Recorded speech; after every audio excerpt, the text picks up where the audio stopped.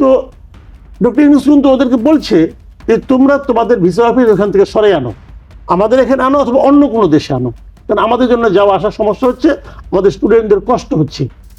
যে এই কথাটা শোনার জন্য ভারতে অবস্থানরত ইউরোপের 20টা দেশের প্রতিনিধিরা কিন্তু বাংলাদেশে চলে আসছে। 20টা। ভারতের পররাষ্ট্র সচিবের সফরের পর আমাদের দেশের মিডিয়া এই নিয়ে যতটুকু আলোচনা না হচ্ছে তার চেয়ে অনেক গুণ বেশি হচ্ছে ভারতীয় মিডিয়া, এবং সেটা সব ধরনের মিডিয়াতে এই বিষয়টিকে ফলো করে প্রচার করা হচ্ছে। সেখানে তারা কিন্তু তাদের অবস্থান থেকে সরে আসে, তাদের বয়ান যেগুলো প্রকাশ করছে সেটি হলো, তারা দুটো বিষয়ে অবশ্য ফলাও করে প্রচার করেছে। সেটি হলো যে দুটো দাবি প্রফেসর ইউনূস জানিয়েছেন। একটি হলো যে দিল্লিতে বসে শেখ হাসিনা যে কাজকর্ম করছে সেগুলো আমাদের অভ্যন্তরীণ শান্তি শৃঙ্খলার পরিপন্থী, এটা বন্ধ করতে হবে। দ্বিতীয় যেটা হলো সেটি হলো যে ভারতীয় মিডিয়া যে অপপ্রচার করছে সেটি থামাতে হবে। কিন্তু তাদের এই রিপোর্টে এই বিষয়ে তাদের কোনো কিছু আমরা পাইনি যে ভারত এটাকে রিথিঙ্ক করবে কি করবে না, বরঞ্চ আমরা এটা লক্ষ্য করেছি যে ঠিক তার পরের দিনই কিন্তু আমাদের হাই কমিশন অভিমুখে বিজেপির সমর্থকরা বিক্ষোভ মিছিল করেছে। আপনার কাছে আমার প্রশ্ন হলো, ভারতের যে মনস্তাত্ত্বিক একটা জায়গায় পৌঁছে গেছে যে এক জায়গায় থাকবে, তারা শেখ হাসিনাকে প্যাট্রোনাইজ করবে এবং অন্তর্বর্তীকালীন সরকারকে মৌখিকভাবে মানলেও কার্যকরীভাবে মানবে না, এই প্রবণতা থেকে কি দিল্লি বেরিয়ে আসতে পারবে বা আসবে? এখানে এটা বলা কঠিন, আসবে কি আসবে না, আসতে চাইবে কি চাইবে না, এটা বলা কঠিন। কারণ তারা এতদিন তারা কিন্তু তাদের মনোভাবটা প্রকাশ করেছে। কারণ আপনার প্রতি আমার খুব আছে কি না আছে এটা আমি জানি। এখন যেই মাত্র আমি প্রকাশ করে ফেললাম তখন কিন্তু সবাই জানলো।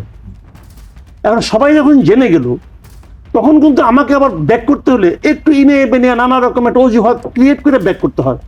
আর যদি আমার মনে মনে থাকতো, আপনাকে প্রকাশ করার আগে যদি আমি বুঝতাম যে আমার ব্যাক করা উচিত, তাহলে আমি যে ব্যাক করলাম এটা কিন্তু কেউ বুঝলো না, তাই না? এখন ওনারা প্রকাশ করে ফেলেছে। ওনারা ভেবেছিল যে এইভাবে প্রকাশ করলে পরে বাংলাদেশ হয়তো একটা চাপ অনুভব করবে। তো চাপ অনুভব করেনি বাংলাদেশ, করেনি। কারণ একটা কথা আছে, দাবা খেলায় না একটা একটা ফর্মুলা আছে, একটা স্ট্র্যাটেজি আছে। ওখানে বলা হয় যে attack is the best defence. আপনি যদি ডিফেন্স খুঁজেন, বারবার যদি আত্মরক্ষা করার জন্য থাকেন, আপনাকে অ্যাটাক করে থাকবে। আপনি যদি পাল্টা অ্যাটাক করেন, এটি হলো সবচেয়ে ভালো ডিফেন্স। আমার কাছে কেন যেন মনে হয়েছে আমাদের গভর্নমেন্ট, বিশেষ করে ডক্টর ইউনূসের গভর্নমেন্ট, তারা এই ফর্মুলায় গেছে। যে দিন বিক্রম মিস্ত্রি চলে গেছেন পররাষ্ট্র সচিব, দেখেন তারপরে কি হলো, ইউরোপীয় ইউনিয়নের লোকদের সঙ্গে কিন্তু ডক্টর ইউনূস বসছেন। ওই দিনই বসছেন, তো এরপরেই বসছেন। বসার পর কি হয়েছে, সেখানে আমাদের এখানে অনেক ইউরোপীয় দেশের দূতাবাস নাই। সেগুলো কোথায়? ইন্ডিয়াতে। আমাদের ছেলেমেয়েরা যারা নাকি ইউরোপে পড়তে যায়, তারা কিন্তু ভিসার জন্য ইন্ডিয়া থেকে ভিসা নিতে হয়, ওখানে যে অ্যাপ্লাই করতে হয়, আবার ওখানে ভিসা আনতে হয়। এটা একটা মোটামুটি লেংদি প্রসেস এবং আমাদের জন্য খুবই কষ্টকর।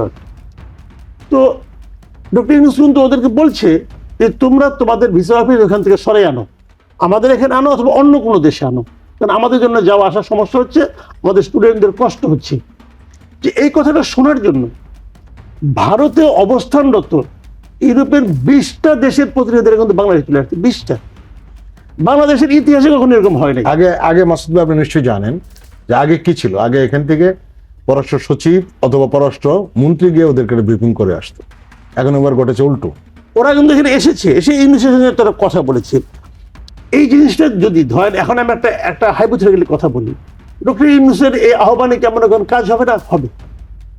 আমি তো নিশ্চিত যে 2-1টা দূতাবাস এখানে অলরেডি বুলগেরিয়া চিন্তা করছে তাদের অন্য জায়গায় নিয়ে যাবে, অন্য জায়গায় নেই, এখানেও আসবে, আমি শিওর। বাংলাদেশেও আসবে 2-1টা দেশ। আচ্ছা, আসার পর অন্য দেশেও যাবে।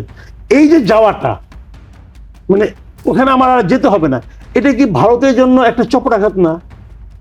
ব্যাপারটা খেয়াল কর। তার মানে কি, ডক্টর ইউনূস কিন্তু অফেন্সিভ খেলছেন।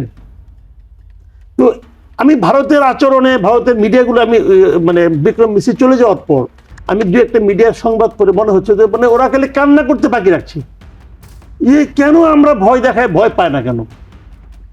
এখন কেন ভয় পায় না, এই দুঃখে তারা কাতর হয়ে গেছে।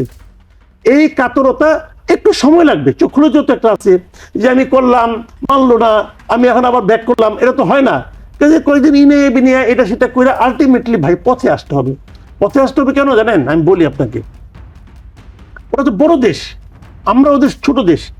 আমাদের চারদিকে কিন্তু ওরা, চারদিকে, একদিকে সমুদ্র আর সব দিকে ওরা, আর ছোট্ট একটু জায়গায় মিয়ানমার আছে। তো আমার এক বন্ধু আর কি, সে বলতেছিল যে ভারতের সঙ্গে তোমরা এরকম করো, মানে ইন্ডিয়ান ফ্রেন্ড আর কি, মাঝে মাঝে ফোনে আলাপ হয়। তো বলে কি ভাই তোমরা তো আসলে আমাদের বগলতলায় আছো। বগলতলা মানে দেখায় এই যে বগলের নিচে ওখানে তুমি আসো, আমি যদি চাপ দিই তুমি কিন্তু শেষ। আমি বললাম হ্যাঁ কথা সত্য, ভৌগোলিকভাবে আমরা বগলতলায় আছি, কিন্তু ভাবো তো এই বগলতলায় যদি এটা ফোড়া হয় তোমার কি অবস্থা হবে? তখন তুমি খালি বগলতলা নিয়ে ঝামেলা পাবো না, পুরো শরীর নিয়ে ঝামেলা পাবা। তো বিষয়টা হলো এখানে ভারতও নিশ্চয়ই এটুকু বুঝে যে বাংলাদেশ যদি আমার জন্য ফোড়া হয়ে দাঁড়ায়, বিস্ফোরা হয়ে দাঁড়ায়, তাহলে আমারও শান্তি নাই। এই জিনিসটা কিন্তু ডক্টর ইউনূস দায়িত্ব নেওয়ার পরেই ভারতকে এটা বুঝিয়ে দিয়েছেন। তো আমার কথা হলো কি, এতে কোনো ক্ষতি হয় না। ক্ষতি হয় না কেন? দেখেন মালদ্বীপ আমাদের মিরপুরের সমান একটা জায়গাতে ভাই, মালদ্বীপ কয়জন লোক বাস করে এখানে? 5.5 লাখ। তো তারা ইন্ডিয়ার বিরুদ্ধে স্লোগান দিয়ে মোহাম্মদ মুজ্জু প্রেসিডেন্ট হয়েছে, তারা কেউ চিনতো আজকে 2 বছর আগে? কেউ চিনতো না। খালি একটা স্লোগান দিয়ে ভারতের বিরুদ্ধে স্লোগান দিয়ে, ইন্ডিয়া আউট স্লোগান দিয়ে তারা এখানে আসছে। প্রথমে তো ভারত খুব ভাব দেখালো, না আমরা যাবো না, কারণ মালদ্বীপে যত ট্যুরিস্ট যায় তার অ্যাবাভ 40% ভারতের। তো তারা যাবে না, তাহলে মালদ্বীপ শেষ হয়ে যাবে। এই ভয়ে কি মালদ্বীপ ভীত হয়ে কাঁপাকাঁপি করছে? করে নাই। ভারত বিকল্প হিসেবে তাদের লক্ষদ্বীপকে নিয়ে গেছে, যারা লক্ষদ্বীপে মোদী সাহেব সমুদ্রে পাড়ায় যে ছবিও তুলছে, মোটামুটি লোকজন গেছে ওখানে, যায় না। টুরিস্ট মানে হওয়া কঠিন। এখন তাহলে কি দাঁড়ালো ব্যাপারটা? সর্বশেষ দেখলাম মজ্জু আইসা নিয়ে মোদির সঙ্গে গোলাগালি করতেছে। কেন গোলাগালি করতেছে? ভারত পিছু হটছে, এটাই নিয়ম। আপনি যার সঙ্গে লড়াই বর্তমানে বিশ্বে যে এখন সৃষ্টি, এখন আর আগের মতো নাই ইচ্ছে হলে থাবা দিয়ে দখল করলাম, এত সহজ না বিষয়গুলো।